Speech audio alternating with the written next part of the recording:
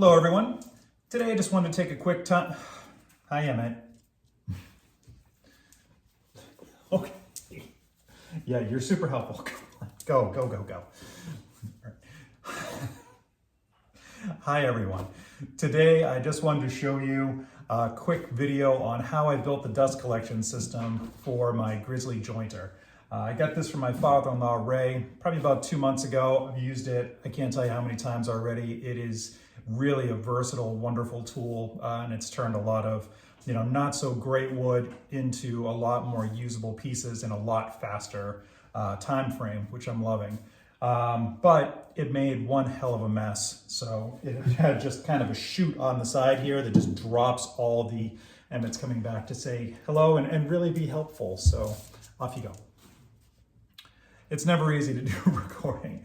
Anyway, you know what? I'm just gonna get right into it and show you how to do this, and let's go. To get started, I'm just using packaging material from an old pantry door.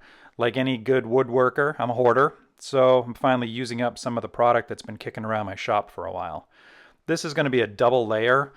This is the first layer. These holes that I'm making don't have to be completely accurate. I'm going to use a Forstner bit. It makes a nice wide hole. This is just going to accept those bolt heads that are already there. Then I'm going to glue another layer on top of this just to make it a little thicker.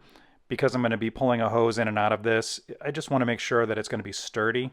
So as you can see, that's the first layer. Test fitting the second layer. A lot of glue here. Probably overkill, but I'm going to glue every single spot of it. It's going to become one piece when it's done. And it's pretty satisfying to watch all that glue spread. So once I get that spread, I'm going to put the top piece back on, line it up, clamp it, get all the air out of it, make it nice and solid, put a nice heavy toolbox on it, and I wait. So the next morning I got started again, pulled it all off. What I wanted to do is just square it all up. So I'm going to run this through my table saw, which I think I'm getting ahead of myself here. There we go. So I'm going to run that through my table saw, square up all those edges, and just make it nice and neat. Again, this is the first shot, but still want to do it right. Once I have that, I'm going to measure. There are existing holes in this steel case. So I'm going to I'm getting all my holes lined up to fit those perfectly. These need to be more accurate.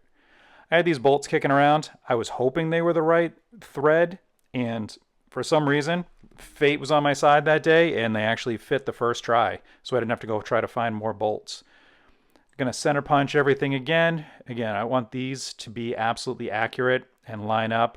So I'm only drilling small holes just to fit the bolts themselves. Now I want to get kind of an idea on where I want the dust chute to be for that pipe. What I'm using is called a PVC 1.5" Street 45. So I'm using a hole saw here to make a hole. The hole, I didn't have the right size hole saw. It's a little loose in there, but I'm going to use some JB Weld. That's JB Weld there. It's a 2-part epoxy. It hardens up really hard. I think it's something like 1,500 pounds of pressure once it's hardened. So it's equal parts of the epoxy and the hardener, and you mix it up to a nice gray paste. This is not going to be pretty, but again, I'm going to paint this, so it's not going to matter too much. So I fill it in probably with more overkill of this JB Weld, but it was the last of these tubes that I had probably had for years. I just wanted to use them up. So I'll make it nice and neat as I can, smooth it out, clean it up with a rag. Once I get that done, gonna square it all up, make sure it's nice and straight. Then I gotta wait again. So the next morning, I come in again, clean it all up. I'm gonna tape over this. I don't want any paint getting inside there because I think it would make the hose stick every time I try to take it in and out. And very blurrily, I go outside, paint it up, and I'm going to hang that up, let it dry, and then I wait again. This is the worst part about finish work, is the waiting. So as you can see, I didn't get any paint inside. This is weather stripping. It's probably overkill, but I put this on the back just to kind of, I guess, make it so no dust will come out around it. And it's probably overkill, but it wasn't much money, so I figured go for it. Once I get that in place, I'll show you what it looked like when I had no dust collector. As you can see, it's just a chute that just drops the chips right onto the floor. Made a huge mess. Dust was going everywhere as well. So once I get my dust collector on there, it changed everything.